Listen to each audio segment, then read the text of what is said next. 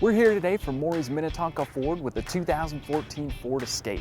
What I'd like to do is compare that to the 2014 Chevy Equinox. I'll show you a couple things inside the vehicles as well as a few things around the exterior. So the 2014 Escape now has that 2-liter EcoBoost, and it's really fun to drive. They did this redesign last year with the new body style, and in a 4-wheel drive like this titanium version, you're gonna get about 28 miles per gallon on the highway. That's amazing for a crossover SUV. Plus you have get up and go to get on the highway and get to that comfortable cruising speed. I mean, all around the Escape's a great vehicle. So with the 2014 Equinox, it's great. I mean, you're gonna get really good highway fuel economy as well. The thing I don't like, it looks the exact same almost as that mid-2000 when the Equinox first came around. It's got a little bit of a mushy brake pedal feel to it, and it doesn't quite have the zippiness like you're gonna get in the Escape. So inside, I like the multimedia layout. This is the kind of base model Equinox. These cloth seats are really hard compared to the Escape base model. Not a bad thing, but the dash coloring is weird. It's the same through the Cruze or the Camaro or whatever you're gonna drive. That kind of light green and dark color, I'm not a huge fan of it. Some people may love it, but I don't. So after being in the car for a little bit, I finally found where to change the gauge cluster buttons. It's over here on the left. There's a lot of buttons. I do like it, but it's just a little overwhelming compared to how they have the steering wheel nicely laid out. This is too much stuff.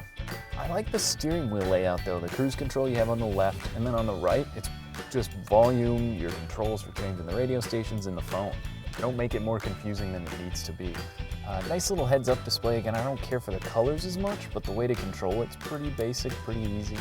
I'm not sure why, but they just decided to put traction control and eco instead of putting them next to each other. It's weird, but I guess it works. So now we're inside the Titanium Edition Escape. This one's pretty well loaded up. You get your navigation backup camera. The Ford Sync system, I know I've used it a bunch and now I'm used to it. It takes a little bit of getting used to, but once you figure it out, it's really user-friendly and a nice system to have. Steering wheel display, there's a lot more buttons than compared to the Equinox over here. You can control a lot more stuff up on the dash, your trip computers, all sorts of cool stuff goes through there. This one has the push button start with the proximity key. In the wintertime in Minnesota, that's something you're gonna love to have, especially with these heated leather seats. These are really comfortable in this car too. Feels like a great road trip car. Climate control in this car is really easy to use and there's some cool features. With the voice commands and the sync system, you can literally just click the button and say 74 degrees and it will set it for you that way. You do have a dual climate control as well, so each driver and passenger can adjust their own temperature. It's really nice. Thanks for watching our quick overview of the 2014 Ford Escape and the 2014 Chevy Equinox. Make sure to stop by Morrie's Minnetonka Ford to drive the Escape for yourself today.